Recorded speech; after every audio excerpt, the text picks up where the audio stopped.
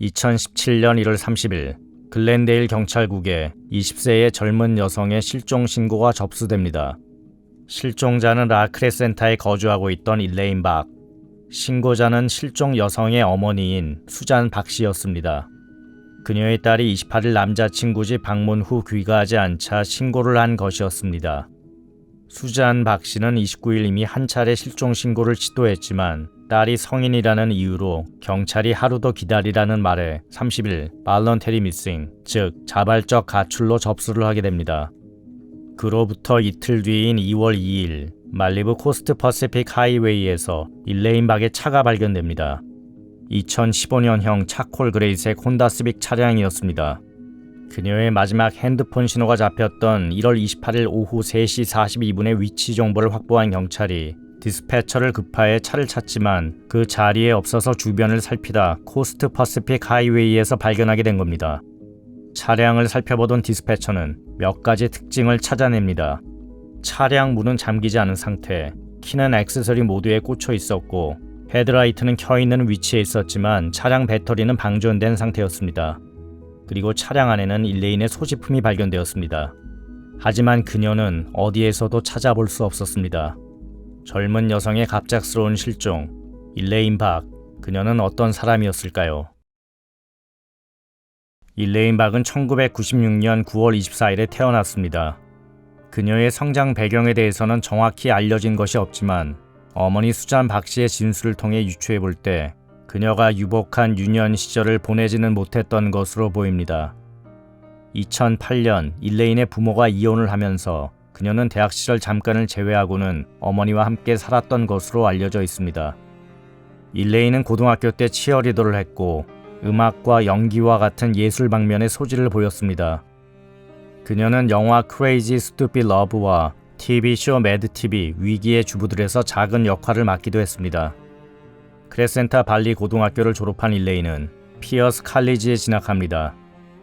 하지만 실종이 있기 얼마 전 그녀는 학업을 잠시 중단했고 아르바이트에서도 해고된 상태였습니다. 그리고 나중에 밝혀지지만 그녀에게는 어두운 과거가 있었습니다. 일레인의 차를 발견한 경찰은 이제 그녀의 실종 상태를 발런테리 미싱에서 크리티컬 미싱으로 변경하며 수색에 나섰습니다. 크리티컬 미싱은 실종자가 스스로 목숨을 끊거나 누군가에게 변을 당했을 가능성이 있을 때 선언되는 것으로 경찰은 사안이 심상치 않다고 본 겁니다. 3일 동안 진행된 이 수색에서 경찰은 퍼시픽 코스트 하이웨이 인근의 코랄 캐넌 산책로를 비롯해 말리부 모터홈 공원 그리고 해변가 일대를 샅샅이 뒤졌습니다. 또한 수색견을 현장에 투입, 실종자의 행방을 쫓는 한편 잠수 요원들을 동원해 실종 인근 바다 수중 수색도 벌였습니다. 하지만 수색은 아무런 성과를 거두지 못한 채 종료되었습니다. 이제 그녀가 사라지기 전 상황으로 돌아가 그녀의 실종의 열쇠를 풀 단서들을 살펴볼 차례가 된 것입니다. 기억하고 싶지 않은 그 사건은 2015년 7월에 일어났습니다. 친구들과 오렌지 카운티 어브저버토리에서 열린 힙합 아티스트들의 공연을 보러 간 일레인은 거기서 끔찍한 경험을 하게 됩니다. 백스테이지에서 술과 약에 몸을 제대로 가누지 못한 상태에서 남자들로부터 몹쓸 짓을 당했습니다. 그 일은 워낙 기억이 혼미한 상태에서 일어난 것이라 처음에는 무슨 일이 일어났는지조차 일레인은 잘 인지하지 못했던 것으로 보입니다. 하지만 시간이 지나면서 그 사건은 그녀의 기억 속에 계속 맴돌았고 그녀의 삶은 전과 같지 않게 되었습니다. 일레인과 가깝게 지내던 친구인 크리스틴의 증언에 따르면 실종이 있기 2달 전 그녀는 대부분의 고등학교 친구들을 언팔하거나 차단했다고 합니다. 그리고 2016년 12월 28일 썼다가 하루 만에 삭제한 그녀의 트윗에 그녀는 그날에 대한 심경을 나타냈습니다. 그 일을 저지른 사람들은 자신이 뭘 했는지 잘 알 거야. 하지만 나는 눈에는 눈으로 대응하지 않을 거야. 그들을 용서했어. 그래야 앞으로 나아갈 수 있으니까. 결국 나의 잘못된 결정이 불러온 실수였고 이제 나 자신을 제대로 돌볼 수 있게 되었어. 힘든 시기는 나 자신과 마주칠 수 있는 시간이었고 나 스스로 일어나지 않으면 누구도 대신해 줄 수 있는 사람은 없어. 누구를 고소할 생각은 없어. 더 중요한 건 내가 옳다고 생각하는 일을 행동에 옮기는 것이고 정의를 찾는 일이니까. 그날의 아픔을 잊고 앞으로 당당히 나아가겠다는 의지가 담겨있는 트윗이었습니다. 그 사건의 주범자들에게 법적 책임은 묻지 않겠다는 뜻도 내비치고 있습니다. 실종 8일 전, 일레인은 그 사건에 대해 남자친구에게는 처음으로 털어놨던 것으로 추정됩니다. 그녀의 컴퓨터에서 복구한 문자 메시지에는 그런 정황이 나타나 있고, 실제 미국의 한 팟캐스트와 진행된 인터뷰에서 그녀의 남자친구가 그 사실을 확인해 줬습니다.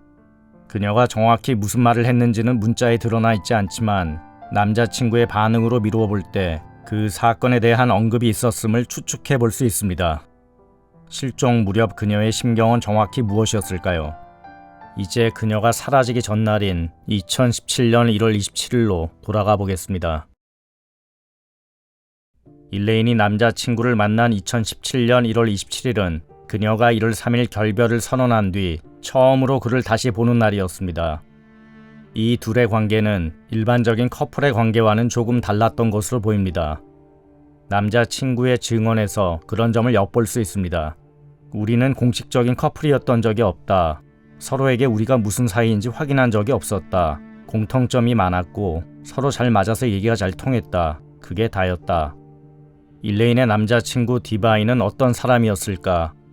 그의 아버지는 35편이 넘는 영화와 드라마의 제작자이자 사업가로 많은 부를 축적하고 유명세를 탄 인물입니다.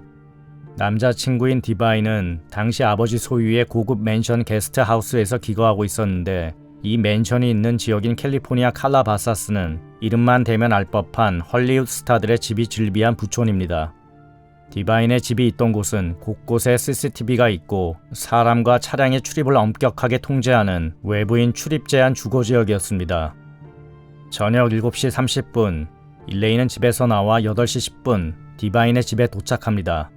그녀가 디바인의 집으로 들어가는 CCTV 장면에서 한 가지 눈여겨봐야 할 부분은 그녀가 아무런 가방을 걸치지 않은 채 맨몸으로 들어간다는 점입니다.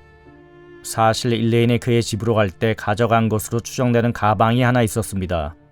파란색 여행용 더플백이었습니다. 이 가방은 나중에 그녀의 실종 후 남겨진 차에서 발견되는 소지품 중의 하나이기도 합니다. 어머니 수잔 박 씨에 따르면 일레인의 연락이 두절된 1월 28일 그녀가 딸의 방을 살펴보던 과정에서 옷가지를 넣는 파란색 더플백이 사라진 것을 발견했고, 그것은 곧 그녀가 집에 돌아오지 않고 다른 곳에서 하루 이틀 지낼 것임을 의미하는 것이었습니다. 즉, 일레인이 디바인을 만나러 갈 때 그의 집에서 하루 이상 지낼 가능성을 염두에 두고 가방을 가져간 것입니다. 그런데 그녀가 이 가방을 그의 집으로 들여간 흔적이나 그의 집에서 가지고 나온 흔적, 혹은 가방 안에 있는 옷가지를 사용한 흔적은 발견되지 않았습니다. 그녀가 최초 그의 집으로 들어갈 때 찍힌 CCTV 장면과 그의 집에서 나설 때 맨몸인 것이 확인된 점, 그리고 중간에 남자친구와 영화를 보러 갈 때 그의 옷을 빌려 입은 점이 그 증거입니다. 그렇다면 그녀는 어째서 더플백을 가지고 들어가지 않았을까요? 그것은 예기치 못한 상황이 발생했다는 의미이며, 뒤집어서 보면 돌발 변수가 생기기 전 원래 그녀의 계획은 급히 그의 집에서 떠나는 것이 아니었음을 뜻하는 것이기도 합니다.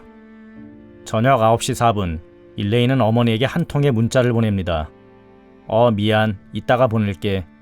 어머니로부터 빌려간 돈 20불을 이날 오후 6시까지 갚지 못한 것에 대한 미안함의 표시와 시간을 더 달라는 내용의 문자였습니다. 저녁 9시 5분, 수잔 박 씨가 일레인에게 답장을 합니다. 약속을 지켜, 6시라고 했잖아.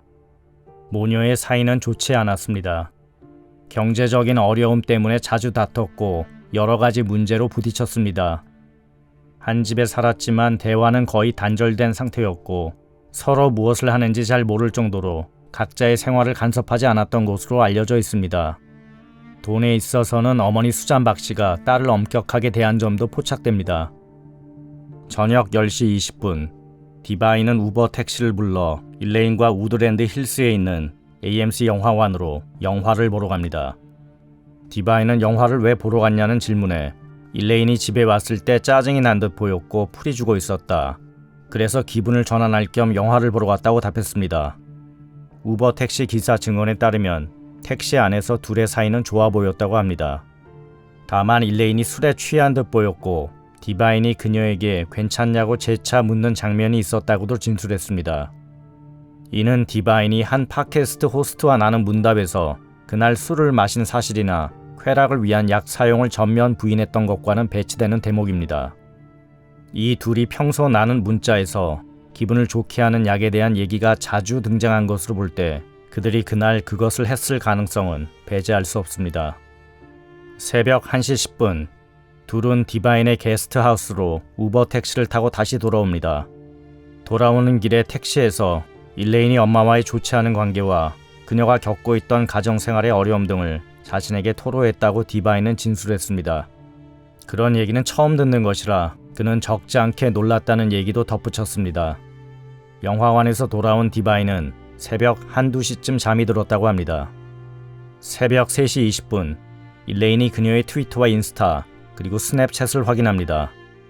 새벽 4시, 디바인은 일레인이 갑자기 비명을 지르며 일어나서 노래를 흥얼거리면서 옷을 재빨리 갈아입고 인사도 없이 집을 나갔다고 진술했습니다. 수잔 박씨가 그로부터 처음 전해 들은 워딩은 조금 달랐습니다. 공황장애가 온 것처럼 일레인이 갑자기 일어나서 춤을 추고 노래를 부르고 몸을 떨었다. 여기서 그의 증언에서 가장 이상한 점은 이 모든 것이 일어난 시점이 새벽 4시라는 겁니다. 누군가가 그렇게 빨리 옷을 갈아입는 것은 처음 봤다는 그의 워딩대로 그녀가 일어나서 옷을 급히 입고 집을 나서는 것이 순식간에 이루어졌는데 실제 그녀가 그의 집을 나오는 장면이 포착된 시점은 새벽 6시경으로 2시간 정도의 갭이 발생하기 때문입니다. 디바인이 시간을 착각한 것일까요? 아니면 그가 뭔가를 숨기고 있는 것일까요? 이 점은 아직까지도 풀리지 않는 미스테리로 남아 있습니다. 아침 6시 5분, 일레인이 디바인의 게스트하우스에서 나와 자신의 차로 걸어가는 모습이 CCTV에 잡힙니다. 디바인의 진술과는 달리 그녀가 황급히 빠져나간다는 느낌은 크게 들지 않습니다. 아침 6시 7분, 자동 차량 번호판 인식기에 확인을 받고 게이트를 빠져나가는 일레인의 혼다 시빅 차량의 모습이 CCTV에 담겨 있습니다. 일레인의 어머니는 그녀가 건네받은 CCTV 영상에서 딸이 차를 타는 모습이 생략된 채 그의 집을 나와 차로 걸어가는 장면에서 게이트를 빠져나가는 장면으로 바로 연결되는 점을 지적하며 의혹을 제기했습니다. 차 안의 운전자는 실제 일레인이 아닐 가능성을 지적한 겁니다. 이에 대해 경찰은 편집 과정에서 생긴 문제일 뿐 본인들은 전체 영상을 봤고 차에 탄 사람은 일레인이 맞다고 주장했습니다.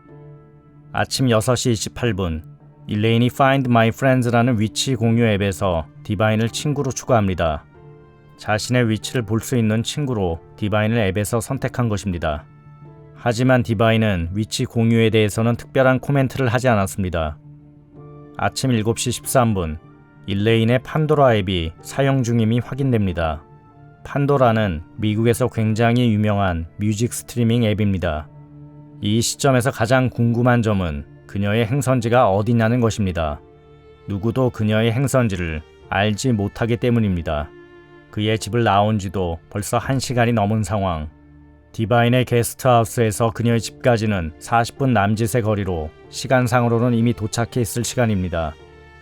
아침 9시 32분, 판도라 앱이 아직 사용 중이냐고 묻습니다. 앱 사용을 하다가 멈춘 경우 1시간 뒤에 그런 메시지가 나타난다고 합니다. 아침 10시 13분에서 10시 15분, 디바인이 일레인에게 3차례 전화를 걸지만 그녀는 응답하지 않습니다. 아침 10시 41분, 수잔 박씨가 일레인에게 문자를 보냅니다. 하지만 일레인은 응답이 없었습니다. 나중에 발견된 핸드폰에서는 수신된 문자가 읽지 않음으로 나왔습니다. 메시지 내용은 확인되지 않았습니다. 오후 1시 10분, 일레인의 친구 세이디가 오늘 뭐 하냐고 묻는 문자를 보내지만 답장은 없었습니다. 오후 1시 33분에서 34분, 디바인이 다시 한번 통화를 시도하지만 일레인이 전화를 받지 않습니다. 일레인의 어머니는 오후 1시 36분, 3시 42분, 4시 47분 이렇게 3번 딸에게 전화를 겁니다. 하지만 2번의 통화 연결음 후에 보이스메일로 직행하거나 전화기가 꺼져 있었다고 합니다. 그로부터 5일 뒤 일레인의 차는 말리부 코스트 퍼시픽 하이웨이 갓길에서 발견됩니다. 이제 일레인 박의 실종 사건을 둘러싼 가설들을 살펴보겠습니다. 첫 번째 가설은 그녀가 극단적인 선택을 했다는 것입니다. 그녀에게 그럴 만한 이유가 있었을까? 2016년 그 일을 겪고 나서 2017년 일레이는 트라우마에 시달렸던 것으로 보입니다.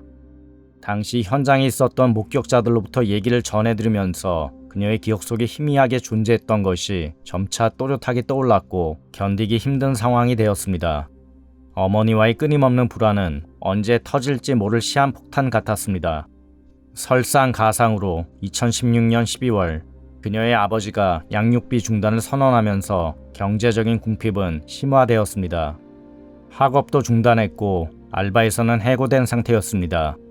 스스로 감내하기 힘든 시간과 정신적인 고통을 겪고 있던 상황에서 2017년 1월 28일 남자친구와의 사이에서 벌어진 일이 극단적 선택을 촉발시킨 것은 아니었을까요?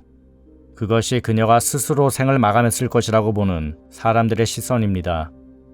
그런데 이 가설의 맹점은 그녀가 남자친구의 집에서 나와 말리부 코스트 퍼시픽 하이웨이로 직행한 뒤 인근 해변이나 산에서 투신했다는 전제를 깔고 있다는 점입니다.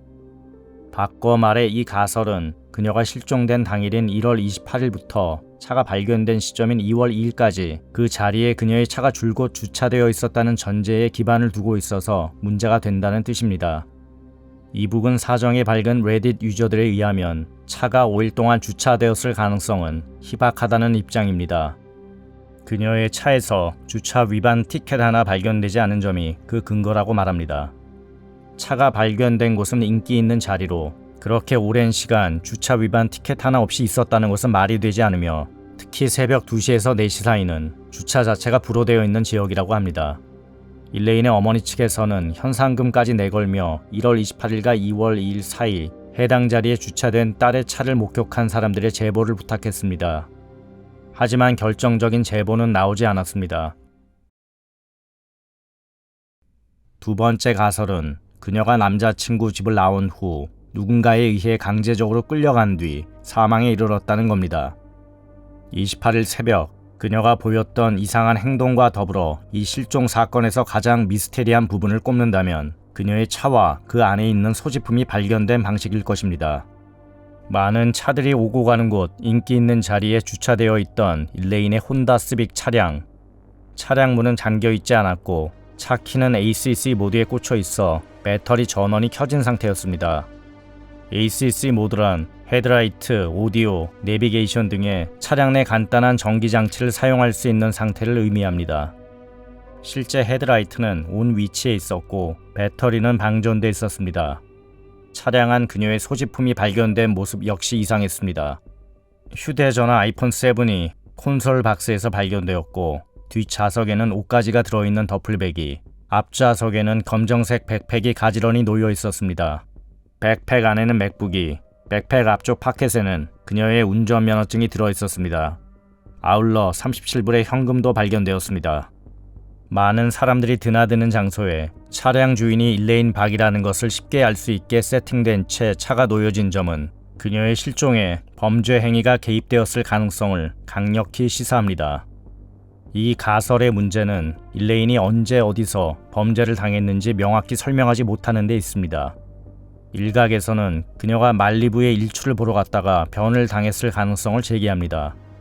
지친 마음을 달래기 위해 말리부 해변을 찾았고 거기서 일출을 보려고 차를 잠시 정차해 놓은 상황에서 좋지 않은 일을 당했다는 겁니다.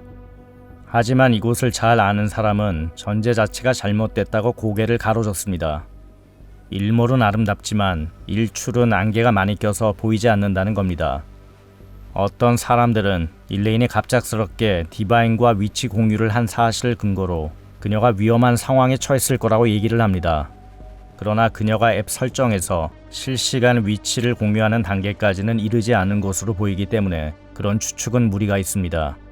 게다가 얼마 지나지 않아 음악을 듣는 행위는 흐름상 자연스럽지 않습니다. 차량 감식 결과 저항의 흔적이나 혈흔, 그리고 의심될 만한 타인의 지문이 발견되지 않은 점도 이 가설에는 약점으로 작용합니다. 일레인이 실종되기 직전 그녀와 같이 있었던 사람은 남자친구인 디바인 컴페어. 그녀의 실종이 강력 사건으로 전환되면서 그가 경찰의 관심을 받은 것은 당연했습니다. 하지만 글렌데일 경찰국은 그를 재빨리 용의선상에서 제외합니다. 그가 수사에 매우 협조적이고 집을 떠난 적이 없었다는 점이 그 이유였습니다. 수사 초기 일레인의 어머니가 딸이 그의 집을 나와 차를 타는 장면 직전에 CCTV 영상이 잘리면서 자동 번호판 인식하는 장면으로 바로 넘어가는 부분에 의혹을 제기했습니다. 딸이 디바인의 집을 살아서 나오지 못했을 가능성을 지적한 겁니다. 하지만 경찰은 편집되지 않은 전체 영상에서는 일레인이 차를 타는 장면부터 게이트를 떠나는 장면까지 모두 확인되기 때문에 문제가 없다는 입장을 보였습니다. 만약 경찰 말이 사실이라면 디바인이 일레인의 실종에 직접적으로 연관이 있을 가능성은 상당히 희박합니다. 그렇다면 그가 간접적으로 관련이 있지는 않을까, 즉 그가 제3자를 고용해 그녀를 해칠 가능성입니다. 그러기 위해서는 먼저 그에게 동기가 있는지 확인이 돼야 합니다. 하지만 그들이 나눈 문자를 보면 그럴 만한 정황을 찾기 어렵습니다. 둘의 사이가 좋지 않다고 볼 만한 증거가 나타나 있지 않습니다. 2017년 1월 3일 일레인은 그에게 결별 통보를 하는 문자에서 각자의 앞날을 응원하며 그동안 그가 해준 것에 대한 고마움을 표하고 항상 마음속에 그가 특별하게 남아있을 것이라고 좋게 마무리하고 있습니다. 디바인의 반응은 아쉬움으로 가득 차 있습니다. 그리고 1월 20일 그녀가 그 일에 대해 털어놓은 것으로 추정되는 상황에서 그는 그녀를 걱정하며 무슨 일이 있든 힘이 되어줄 것을 문자에 적고 있습니다. 다만 그가 그녀를 마지막으로 만난 날 벌어진 일들에 대해 모두 밝히지 않았을 가능성은 다분합니다. 일레인 박 실종 사건의 실마리를 풀 결정적인 단서가 하나 사라진 것 같아 아쉬움이 큽니다. 마지막 가설은 일레인의 어머니 수잔 박 씨가 그녀의 실종과 연관이 있다는 주장입니다. 얼핏 황당해 보이는 이 가설은 일레인 박 실종 사건을 집중 조명한 미국의 한 팟캐스트에서 제기됐습니다. 주로 정답에서 벗어난 수잔 박 씨의 수상한 행동에 초점을 맞춘 의혹들입니다. 이를테면 일레인이 집에 돌아오지 않고 있을 때 친구들에게 전화를 해서 한번 알아보지도 않고 경찰에 바로 실종 신고를 한 점, 크리티컬 미싱으로 사건이 전환된 지 몇 달도 지나지 않아 딸 아이의 방을 임대 놓은 점 등입니다. 이에 대해 수잔 박 씨는 경제적인 어려움 때문에 아들 더스틴과 일레인의 방을 모두 임대로 내놓을 수밖에 없었고, 임차인이 방이 크고 화장실이 가깝다는 이유로 일레인의 방을 원해서 어쩔 수 없었다고 항변했습니다. 팟캐스트에서는 일레인 방에 대해 이루어진 사체 탐지견의 수색 결과에서도 중요한 의미를 부여했습니다. 하지만 탐지견 2마리 중 1마리만이 훈련받은 냄새를 맡고 표시한 점과 개들이 벽에서 냄새를 맡고 확실한 반응을 보인 샘플에서 인간의 DNA가 발견되지 않은 점에 대해서는 별다른 해명을 내놓지 않았습니다.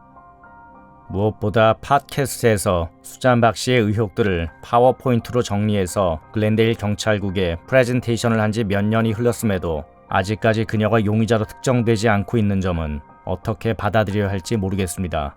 어쩌면 팟캐스트에서 제기한 수잔 박 씨의 의혹들 중 상당 부분은 우연이거나 오해 혹은 다른 행동 방식에서 비롯된 것일지도 모릅니다. 지금까지 일레인 박 실종 사건을 정리해봤습니다. 새로운 정보가 나오는 대로 업데이트하겠습니다.